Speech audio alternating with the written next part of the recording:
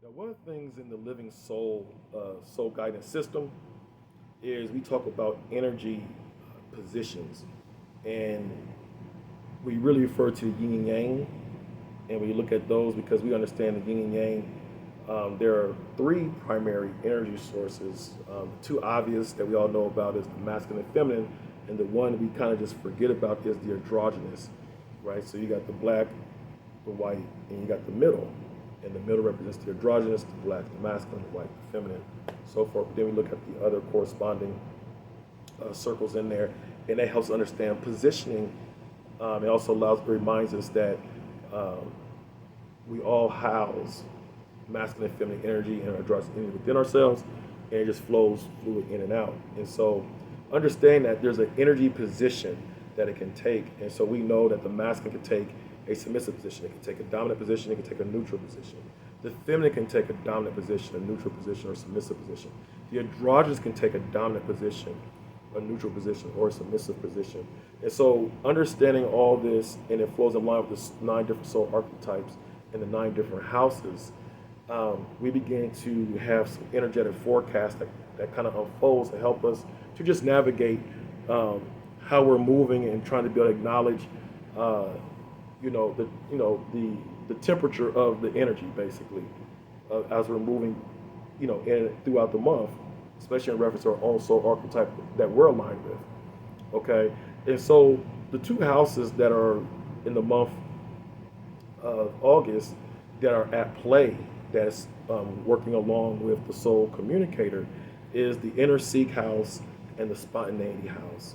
And so the inner seek house is um, it, it, it influences us in the quest for purpose, right? It's having us look at our inner monologues of ourselves, just to give you a real simple term, real simple scope of that.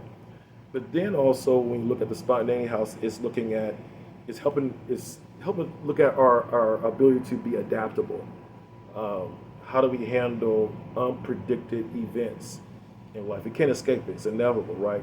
So this interesting. So through this month, these two houses are really influencing. They're influencing how we're moving throughout this whole month through the oversight of the soul communicator, which is all about what advancing ourselves, establishing value, establishing commerce, strengthening commerce, uh, establishing effective communication. So, how do we communicate when things are random that's going on? How do we communicate? How we communicate with ourselves and how we manifest what we're telling ourselves to others and so forth. So, a lot of this is kind of just going on. So, it takes energy positions. I'm not going to go in detail what the scores is, but I'll just kind of just point out that really comes out when we look at it from we do score it from an energetic position, looking at it from the mathematical side of it. And so basically, anyone that probably has a lot of feminine energy or have like a lot of androgynous energy, especially in the inner, they might have some adjustment. They might feel a little bit of challenge. For example, there's a level of masculine energy that's present to kind of just push things forward this month. But if someone is really primarily really in their feminine, they might want to just stay in position and not move. So it comes across like they're being resistant to the flow through this month. So it doesn't mean that they won't move, but they might have to really jar themselves. But I need to kind of initiate some things. It's not people. So a lot of people that's strong in their feminine, and this applies to men and women, you know. So it's not based off of it's just of the energy position. They might not initiate as much as they need to this month, and so this month is like, hey, if you're really sitting a lot in your feminine energy, you're probably really going to feel it. You'll feel just at different times, depending on the day, depending on the archetypes at play, depending on your alignment. That it's prompting you to be like you're going to need to initiate some things, even though that you're comfortable. So you might have to move past your personal comforts to move forward. So some people that are very comfortable, but they feel like they're getting these promptings and these ideas or uh, these nudges within themselves to kind of to add on things to expand. That's why it's a soul communicator influencing.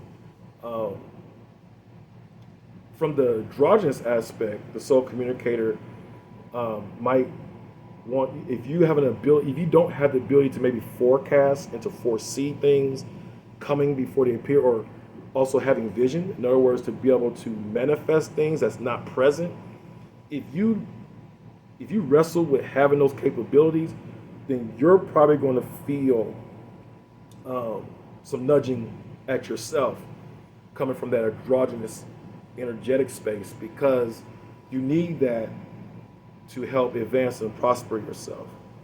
And so, and that might be a challenge. So if you're not someone that naturally just come and create ideas or just things like that, then if you wrestle with that, it's just, like, what we do was communication, right? So you might need to establish some communication channels with people that do have that capability, or environments that does facilitate that, or be part of organizational affiliations that's already in place, that's already has a foreknowledge and they move with it. And you kind of operate through the group field until you get to the place where you're comfortable to help you foresee things, to help advance you. So by what I'm saying is that